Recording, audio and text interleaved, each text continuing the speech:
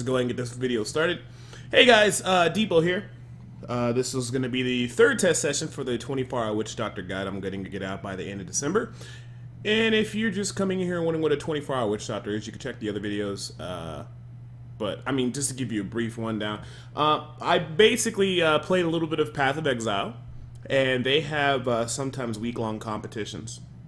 And they sometimes have month-long competitions. They have different levels of, like, you know, little competitive things to do. And I entered in a week-long competition. It was just for whoever can get to level, the highest amount of level within a week. The level cap in that game is level 100. It's an action RPG that's more relating to how Diablo 2 used to be, but it's just an action RPG nonetheless. And I think we started about 5 p.m. in the afternoon, or well, we could say evening. And by like 12 midnight, I thought I was doing pretty good. I was like level 28, 30. And I noticed something. Every time you hit a certain amount of levels in the race, it lets you know what the other people are doing or how they're progressing. And I'd be at level 30, and these guys were like at level 70 and stuff like that. And I kind of just basically found out that the way they're able to do things so quickly and get to where they need to go is because they plan out from start to finish what they're going to do with their character. What skills they're going to take at which level, what quest rewards to take when they're basically progressing from NPC to NPC. All up to which gyms and which skill setups are going to maximize efficiency of what they're going to do, and it's going to get them to their in-game build, which is going to allow them to grind out the rest of the levels until they achieve their goal. And I got whooped very badly. Of course, because I didn't have any game sense, I didn't have good mechanics in that game, I didn't have good knowledge of that game, and I didn't have a good understanding.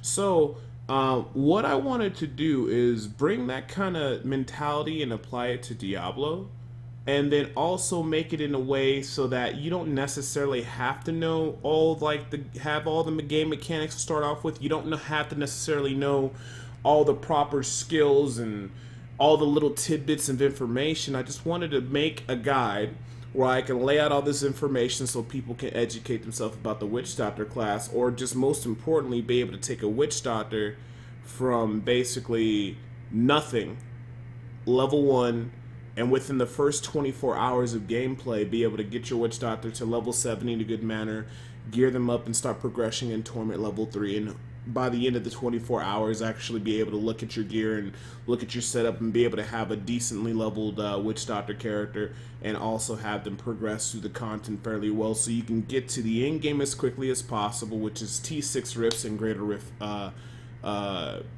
basically grinding. That's the end game of Diablo, and it's kind of similar in Path of Exile. Some points are the same, some points aren't. This is the third test phase. I have test phase video number 1, which shows the end results of the first Witch Doctor. Test phase 2, which shows you know, the results of the second Witch Doctor. And then this is the third test session. And in every test session, I always look for something to actually improve within the run. So I can just show you from the start off that it's only 24 hours. It's 11 minutes because I was idling inside the game looking at certain things. And the first video went pretty well.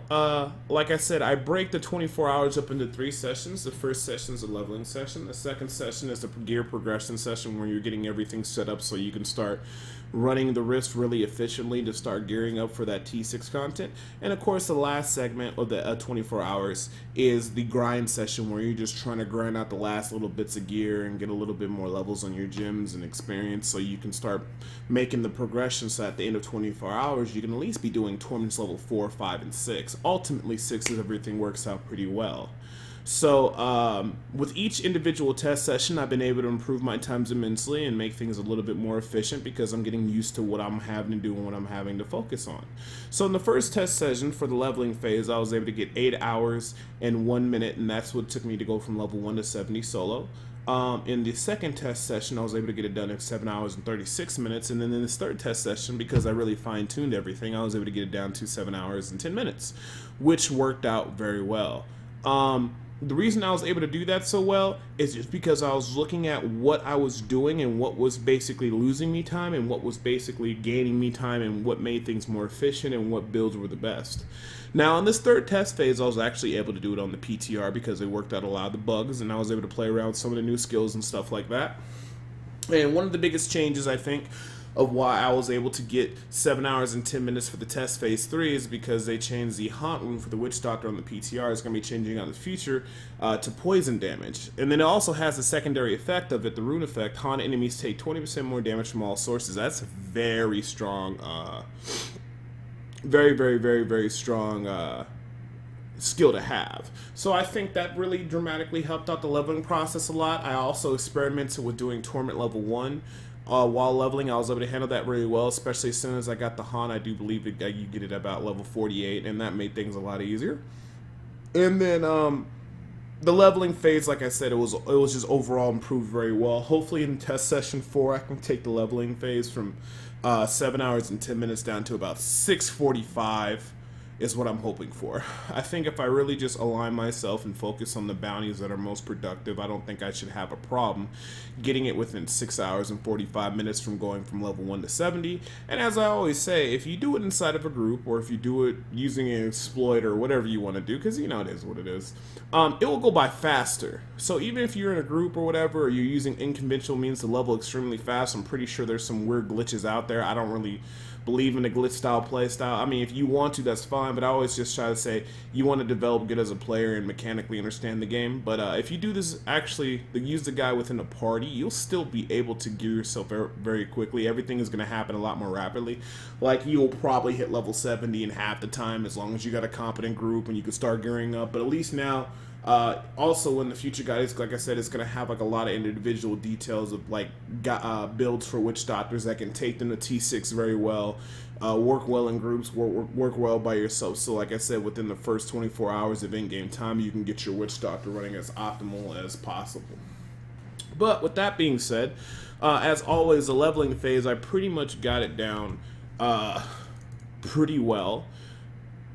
The main thing about the leveling phase is that I start off with adventure mode because adventure mode's unlocked, and we do bounties. I stay on Act 1 because the monsters are I don't want to say they're easy. They're kind of dumb. Their AI is not as complex as other monsters from other acts like Act 2, 3, 4, and 5.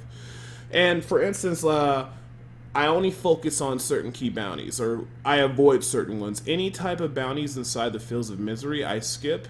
Any kind of bounties inside the Caverns of RNA, or just or COA or COA, or however you want to pronounce it, I avoid. And then also I avoid any of the bosses that I have to fight. So if it's Halls of Agony and I need to fight the Butcher, if it's inside the Royal Crypts and I have to fight the Skeleton Queen, or if it's inside the Caverns of RNI, I will not do those at all, because when you're actually raising the torment level, the one thing I notice is that the boss's HP gets a little bit ridiculous, and it takes a good while to kill them. So actually, just by skipping them, I was able to improve my times and actually just keep the EXP rolling in, because you just want to do the fast, quick, efficient, easy bounties, ones that don't involve like killing like a special boss monster, like I said, the Queen of RNI, the Skeleton King, or the Butcher. So like I said, if you avoid those, you avoid Fields of Misery and also Caverns of RNI, and just focus on whatever other options you have, you'll do just fine. So in this situation, like, I would definitely do a bounty of Stranger in Need for Halls of Agony level 2, because for me at least it's sensible, because it doesn't require me killing the Butcher. Very straightforward, good mobs in there, good experience, and it's pretty straightforward. I'm pretty sure this quest is like, it just kill the certain monsters and you kill this person named and you get up out of there. Southern Highlands, the Cave of the Moon Clan is very nice, because you also get like a lot of goblins and different things of that nature, where you get, and they have a lot of resplendent chests inside there. I like this one a lot because it helped me gear up while I was leveling up, because half the time when I get inside the resplendent chest or kill those goblins or use inside the cavern, they would net me some nice weapons and gear and stuff that would keep the leveling progression going very well. So I would do Halls of Agony, Southern Highlands. I look at this, the Royal Crypts, Bounty Kill Rajnaj, which is a real easy one because all the monsters are there in the beginning, and then Rajnaj is just sitting there. So I would also do Rajnaj as well. this is another one I would most definitely do, because it's not the Skeleton King, very easy to do, quick, easy experience, followed by the Cathedral, the Bounty Kill Glidewing, and that's another decent one. Festering Woods is another great one, so it's like I said, don't do the bosses, stay away from Festering Woods and Caverns of RNI, and do as many bounties as you can and reset. That pretty much worked out pretty well, and I'll be doing that in the 4th test session as well. The skills really haven't really changed too much. Basically, levels 1 through 12 are going to be done on normal. And then once I get, but I might actually starting the game off on hard. And then, of course, once I hit level 12, I'm going to set it to master, because then I have Haunt. Haunt is a very extremely powerful skill, really good for leveling. Level 20, you get your secondary skill. I do believe in the beginning I end up using Jungle Fortitude and Gruesome Feast early on. But those are the two that I use. And then at level 21, you get the Locust Swarm, and I run Locust Swarm. So once I'm able to get Locust Swarm, it stays at Masters. And then by level 27, you unlock the passive called Pierce the Veil. I take Pierce the Veil at level 27, and then I set the game to Torment level 1. And I alter between Torment level 1 and Masters, depending on how good my weapons and equipment I get, or well, the weapons and equipment that I get, and how good the damage is on the weapons. That's the main important part. And if some reason I don't really get the weapons that I need, or the ones that I want, or I get kind of crummy gear for a while, then I'll set it down to Masters. Now, I do believe, I don't recall, I think Fetish Sycophants is at level 34. I could be wrong, but the next skill I take is Fetish Sycophants, so I end up having Pierce the Veil, Fetish Sycophants, and I usually end up taking maybe like Gruesome Feast or Blood Ritual. Probably Blood Ritual to reduce the mana cost, because like I said, Pierce the Veil does up the mana cost, but I take the Fetish Sycophants next. And then after that, at level 36, you get Rush of Essence, and that's a skill you definitely want to run. That makes it so that when you start spamming Haunt everywhere, you don't have anything to worry about. So I usually end up running Rush of Essence, Pierce the Veils, and I drop the Gruesome Feast, or I drop the Blood Ritual, and I run it for Fetish Sycophants. And that works pretty well all the way up until 70. After that point, so 36 is the Rush of Essence, then 48. It used to be 46 for Fierce Loyalty, but I started to start keeping Fetish Sycophants, because it was actually working pretty well, and I was spawning a good amount of them, and they did tank. So instead of, if you want to do Fierce Loyalty, you can switch out Fierce Loyalty for Fetish Sycophants at 46, and that makes it so you'll move around faster and get through the bounties quicker when when your pets are out of combat, and that's pretty decent. But I switched over to Fetish Sycophants, works pretty well. 48 is when you get the new Haunt, and this new Haunt is really good because it increases the damage on enemies by 20%.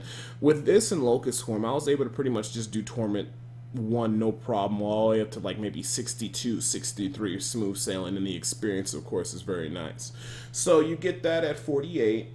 And then pretty much after that, the next only recognizable skill is going to be at 61 when you get the Piranhas. So basically, when I hit 61, I was using Spirit Walk, I was using Zombie Dogs and Gargantuan to tank for me, and then on the 4th skill, I was using Piranhas, because the Piranhas increase more damage and is really good, especially when you try to run Torment level stuff. And then of course Haunt and Locust Swarm, and then basically I just grinded it out to level 70.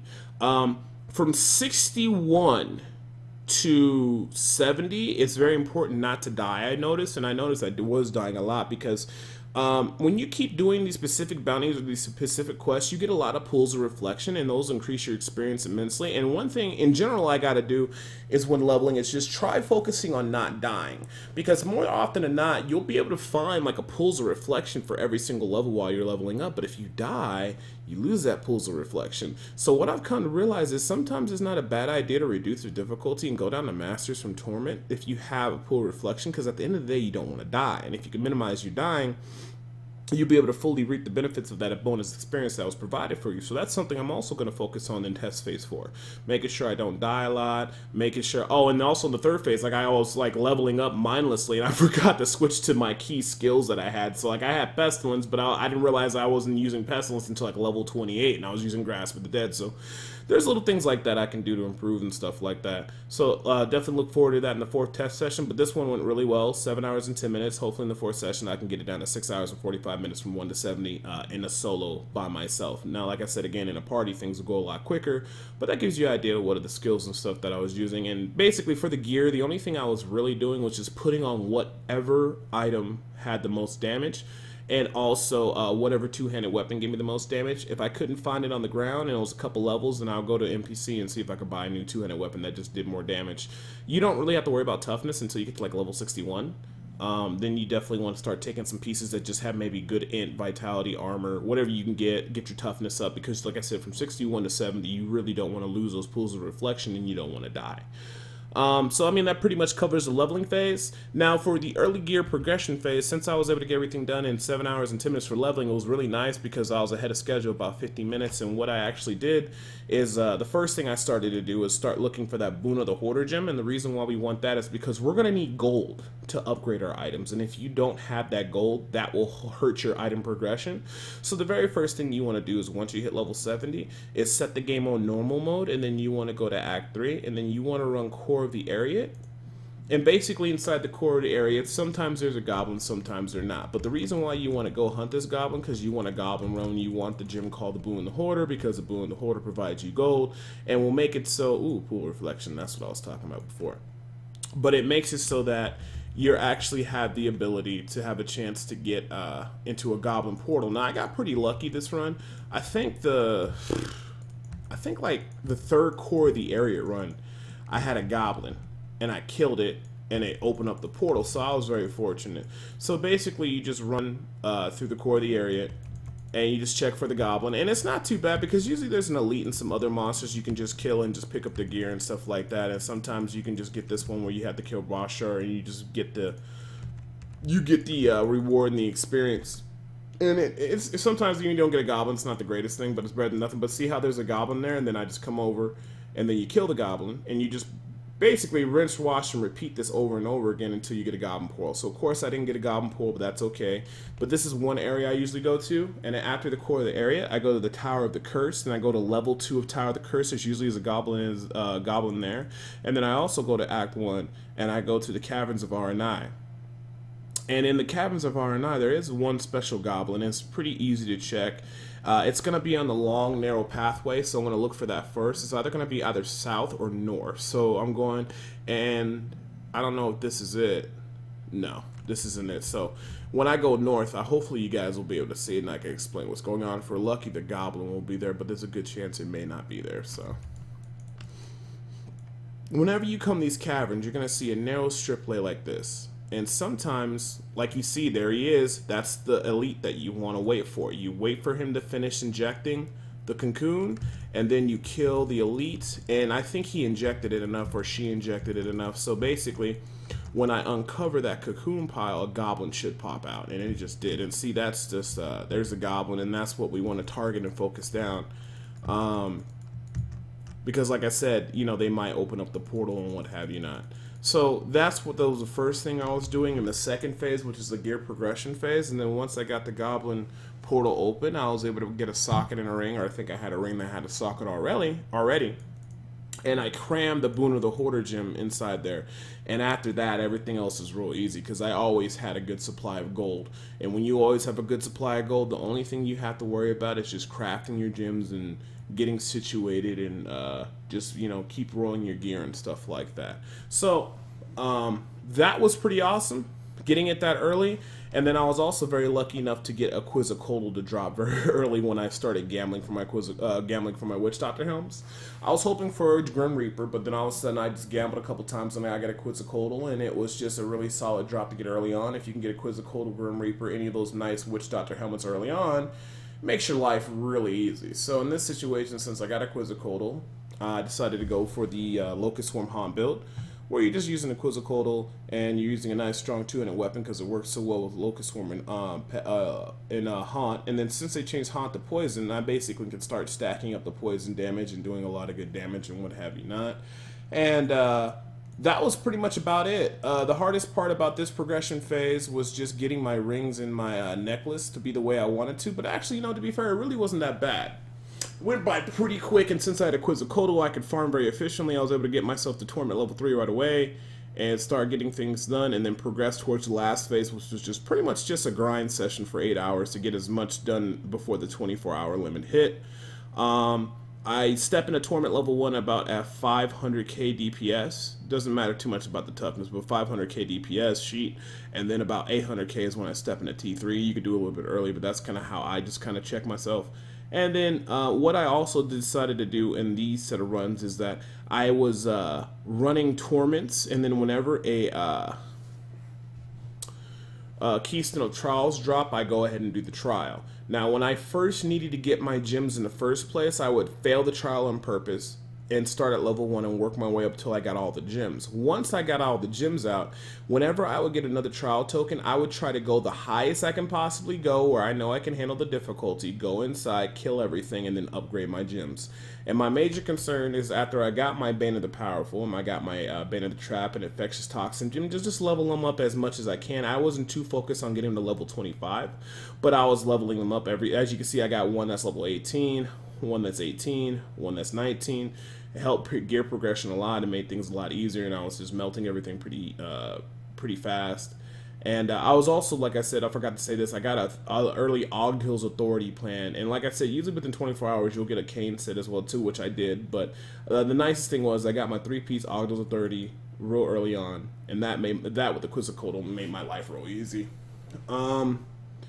And outside of that, that was pretty much about it, because after I was able to get the Boon of the Hoarder, the Quetzalcoatl, and the early Ogdill set, then I just grinded everything out until the end of the 24-hour session. I ended up with 975k sheet DPS, 4.8 million toughness. We're looking at 43% crit chance, 95% critical damage. HP is 335k. Paragon is 108, or I'm sorry, 107. I just got 108, and that beat out my best run, which was 92 so far. So I was able to get much higher on the Paragons. That was pretty nice, and got a pretty solid weapon. I got the Scourge 3700, rolled really good damage, and it had elite damage on it, and I got real lucky. And then I also got a Ramadimla. I can't fucking say it. We just call it Ramanala Ding Dong. I think Ramaldi is gift or something like that. I gotta look at the correct pronunciation, but you know, it's the item that basically is a consumable item that puts a socket into your weapon. So I was able to get this pretty up high, and that in combination with the Hodgeville wrap, that was pretty nice, because I wanted to gamble for this right away because I don't have the secondary effect of Bane of the Trap. So I needed something to guarantee me to trigger the impairing effect, because we're using the poison haunt, and usually the haunt with cold damage would chill, and that counts as impairing effect. So I got the Hodgeville wrap, and whenever I locust swarm, that would make all the enemies slow, which was fantastic, and then that triggered my Bane of the Trap. But and then also I was able to get the Swampland Waders, because like I said, we're building a poison build. That was pretty nice. I got the 2-piece Blackthorns, and the main thing on my rings is I got Ant critical percent chance, critical damage, and socket on both. And then of course I got the Blackthorns, and I got the shoes too for the little 2-piece set bonus, and that was pretty nice. And overall, I was pretty happy with everything. Towards the end, I was able to roll haunt damage on my shoulders and my chest, get that damage up there. My haunt on elite monsters was like ticking for like, I think it was like in some cases 34 million, which is pretty nice. So overall, I feel like the major parts of when you're getting a new Witch Doctor is the leveling phase and the early gearing phase. Doing the rifts, and then when I get a greater rift stone, or get a key to do a greater rift, then doing that worked out pretty well. But at the end of the day, for the most part, it's pretty standard to get like a Grim Reaper or some like early Inkling going on, or just get going with whatever build you want to do. I feel going Locust Swarm and Hana is the best way to go. But the little thing is, if you go that direction, then what suffers is that if you decide to go with Han and Locust Swarm, if you don't get a Grim Reaper